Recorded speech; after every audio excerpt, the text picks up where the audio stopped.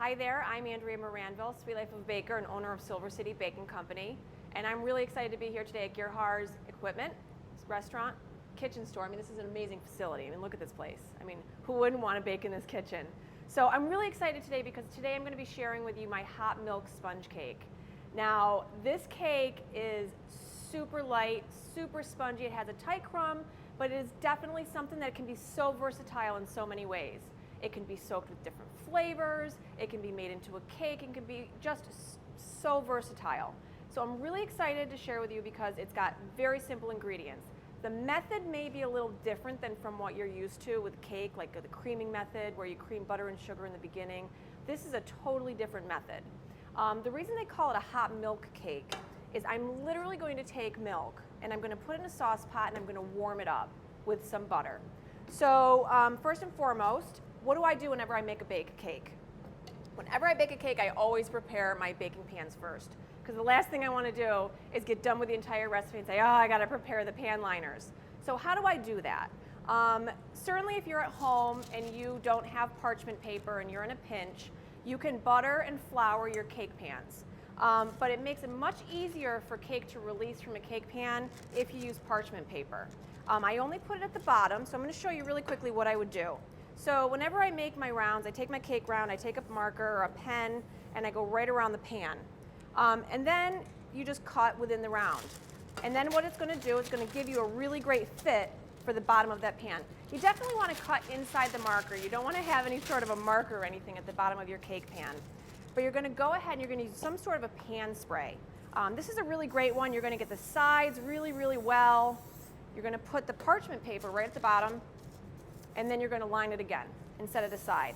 Now I've already gone ahead and done the other pans just for ease of time, but definitely now that you want to do that at the very beginning because that's going to allow you to then not have to deal with that again. So what do I have as elements in this cake recipe? I have all-purpose flour, baking powder, salt, eggs, sugar, and vanilla extract. And vanilla bean only because I love how the little flecks of vanilla bean show up in this cake because it's more of a white cake and it really pops when you see that and you cut into it and you see those little flecks of vanilla bean. Plus I'm a huge vanilla fan. So I'm going to go ahead real quickly and I will sift and measure. I've already measured, but I'll sift the dry ingredients into a bowl and set it aside. Why do we sift? For a couple of reasons. A, you want to aerate all of your dry ingredients, but also if I were to go ahead and put each of the ingredients into this bowl and then mix, you're going to have pockets. It's not going to be fully incorporated. So I'm going to go ahead and I've got 2 cups of all-purpose flour, 2 teaspoons of baking powder. That's one element of the lift in this cake. So the baking powder is what's going to allow this cake to rise. And then I have a half a teaspoon of salt. I'm going to go ahead and give that a really great sift, just right into a bowl, and just set it aside till I'm ready for it. So I just said what one of the lifts are in this cake. I'm going to show you what the other lift is in a second. All right, okay, we'll just set that right aside. So the other lift in this cake is going to be these eggs. I've got 4 whole large eggs here. I'm going to put them right into my KitchenAid mixer with a paddle attachment. And then I have 1 cup and 3/4 of granulated pure cane sugar. And that's going to go right into this mixture. Now, in a second, I'm going to take this, I'm going to put it on medium to high speed, and I'm going to let this mixer go for about 5 minutes. And what's going to happen is that egg and sugar mixture is going to transform into this really, really light, pale, cream-colored, thick mixture. And that is going to be the air also in this cake. So what we're doing is we're whipping air into those eggs, and it's going to really create some nice volume in the cake. Okay? If you wanted to get even more, technical and get even more volume, you could heat, very, very lightly heat in a double boiler over the stove your eggs and your sugar just until the granules are dissolved, almost like a Swiss meringue. But for our purposes here, we can just go right ahead in the mixer. So let's get talking about the hot milk. I have 4 ounces of unsalted butter here. You really in baking want to use unsalted butter because then you can temper the salt content in your cake so much better. If you were to only use salted butter in your home, you're going to want to omit the salt in a recipe because otherwise you're going to double up on the salt it's going to affect the taste and the quality of your baked goods. So like I said here, I've got 4 ounces of unsalted butter, which is about a half a cup. Now, as you can see this, if you have forgotten to bring your butter to room temperature for whatever reason, and you have a stick of butter like this, right here has 6 surface areas to allow that to come to temperature. A really great trick to bring you never put it in the microwave. You never want to put butter in a microwave to bring it to room temperature. But what you can do is you can go ahead and chunk up that butter into smaller chunks. Now, each one of these squares has 6 surface areas, and it allows that butter to come to temperature much quicker. Now, for this recipe, we're actually not using room temperature butter. We're going to be using melted butter. So it's really not essential to do this step, but because we're going to be melting it. But for most cakes that do require room temperature butter, this is definitely something you're going to want to do. I'm going to go ahead and put these 4 ounces right into this sauce pot. And then I'm going to go ahead and I'm going to put this milk. I've got 1 cup of milk. I'm going to put this right in the sauce pot and turn it right on the stove.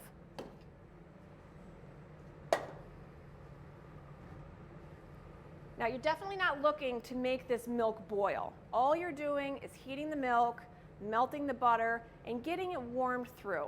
So you definitely don't want to get a raging boil on this milk. Now, I'm going to go ahead, because while this is melting, I'm going to start my egg and sugar mixture. Start slow, that way you don't get things flying out of your mixer, and then very slowly just start speeding it up. In the beginning, it's going to look dark yellow. And as this mixes for a good 4 to 5 minutes, it's going to totally transform in its texture and its color. And I'll show you in a couple minutes how that's going to look. Now, I also have vanilla here. I love vanilla. So I'm going to go ahead and I'm going to put this right in with my mixture as well. That's the other thing when you're baking. I could have skipped the vanilla and used an imitation vanilla. But the quality of the ingredients that you use are definitely going to impact your baking at the final product. I mean, you don't have to use the most expensive flour or the most expensive, butter or the most expensive vanilla, but you really want to use as many natural and good and quality ingredients as you possibly can. So I've got my flour here. So now you can see, I don't know if you can see this, but it's really starting to thicken up. It's starting to get really pale in color. And that's what you want. That's the volume. So if, for example, I did not have baking powder in this cake, which a lot of traditional, some other cakes don't, all they go off is by the air in your eggs. This is a really great method to help you get lift in that cake. All right, so my milk is warmed through. My butter's not totally melted, but that's okay because the heat from that milk is going to continue to melt that butter. Now, this is a great cake because let's just say you wanted to make a lemon hot milk cake or a rum hot milk cake. What you could do is you could take this measurement of milk, take out a few tablespoons of it, and replace it with whatever flavor you're looking for. So let's just say you wanted an element of a really great rum, right? What you would do is you would take about 3 or 4 tablespoons of the milk and then replace it with the rum. You don't want to add more liquid because that's going to change the makeup and the chemistry, so to speak, of the recipe. But as long as you're within this measurement of 1 cup, you could substitute a portion of this for just about any flavor. All right, this is looking really great, nice and thick. I've got my prepared pans all ready to go. Now, before I did anything, I preheated my oven to 350 degrees Fahrenheit. So you always want to preheat your oven well ahead of time so that you can get a really nice heat in that oven. The last thing you want to do is not have pans done and go to put something in the oven and then all of a sudden you realize you didn't turn the oven on. So those are the first 2 things I always do whenever I'm baking. Prepare the pans and take care of the oven. All right, so I just want to show everybody what this is starting to look like. Now, a good rule of thumb when you're doing this is if you take your container and you drag your mixer and you go back and forth, you're going to see trails start to develop. This is what we're looking for. So you can see how thick and pale and white it is, but you can also see those really great flecks of vanilla bean in there. I'm going to put this right back on the mixer. So what's the next step in this method? I'm going to add half of my dry mixture, very slowly mix it. I don't want to whisk it so much or mix it so much that I deflate all that air I just created. But I'm going to go ahead and I'm going to put in about half of this dry mixture. The other thing too, whenever you're making cake, to get that really tender crumb, you don't want to over mix your batter. The more you mix, the tighter that structure is going to be in the cake. So I want to make sure that when I mix this in, I mix it just till it's barely combined and then go to the next step. And that goes for any cake or cookie. You really want to have it, to get that really nice tender crumb, you really want to have as least of a mixture as you possibly can.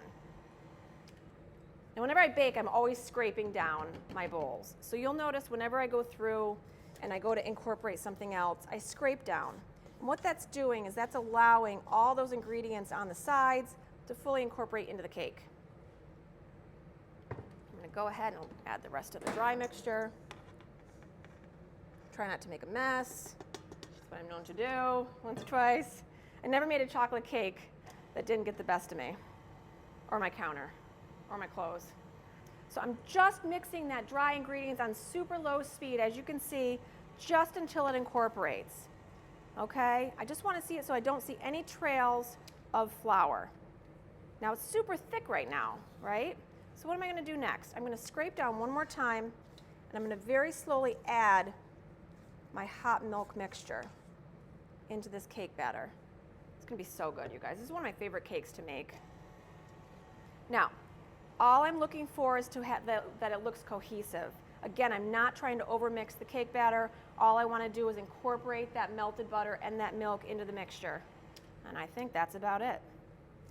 All right, I will once more scrape along the side. It's going to go right into my cake pans.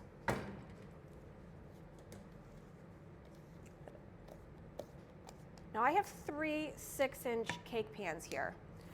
This recipe does, 2 10-inch, more than 2 8-inch, 3 8-inch. But this is, you want to go with cakes, you want to go about halfway, no more than 2/3 up a cake pan. So we'll see how far this gets me. I think we'll just stick with the 2 6-inch. Get some nice thick cake in here. Now this cake is going to bake for about 30 to 35 minutes in the oven. Okay, so let's talk about this. Sometimes with cakes, you want to tap them down on the counter. Not with a cake like this. I mean, it does have baking powder in it, so I don't have to worry about it too much. But if you see some really big bubbles, you just want to give it a very, very light tap, but not too much that you deflate what you just created with all the eggs, okay? Another really great trick when you're doing your cake pans, if you give it a spin on the counter before it goes into the oven, that helps avoid that dome. So it kind of helps level off your cake a little bit. You might still get a little bit of a dome, but just give it a little bit of a spin, pop it in the oven, middle of the oven, and you definitely want to have space in between both of these cake pans.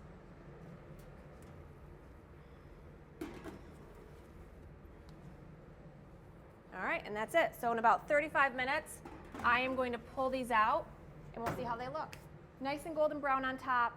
A really great way to test it if you don't want to do the toothpick method. If you have a digital thermometer and you go right into the center of the cake, anywhere between 2 and 210 degrees Fahrenheit is a really good indicator that your cake is done. If it's over 210, you have overbaked your cake. It still tastes good, I mean it's cake. But if you're looking for that really great, how do I know when it's done moment, anywhere between 2 and 210 is a really great measure. Okay, so this cake, one of the cakes are done. The other one had a touch more batter in it, so it's a little bit longer. So what am I looking for also, aside from the golden top and the temperature? If you don't have a thermometer, you can always do the spring touch, go like this if it bounces back. But another really good indicator is if it pulls away from the side of the pan. So you can see here, if you get a really close up, what it's done is it's pulled away from the edge of the pan. Now I don't want to release this from the pan for about 10 minutes. Why is that? Because this cake has done so much sciencey stuff inside that oven to really combine all the drying, the wet, and the fats, and all of those items. Again, very sciencey culinary terms, but I'm a home baker, so let's just be real here. We're going to let this sit here for about 10 minutes, okay? Then I'm going to release it from the pan, and then I'm going to allow it to cool completely. I don't want to touch this for about 10 minutes. Otherwise, I run the risk of the cake just falling apart.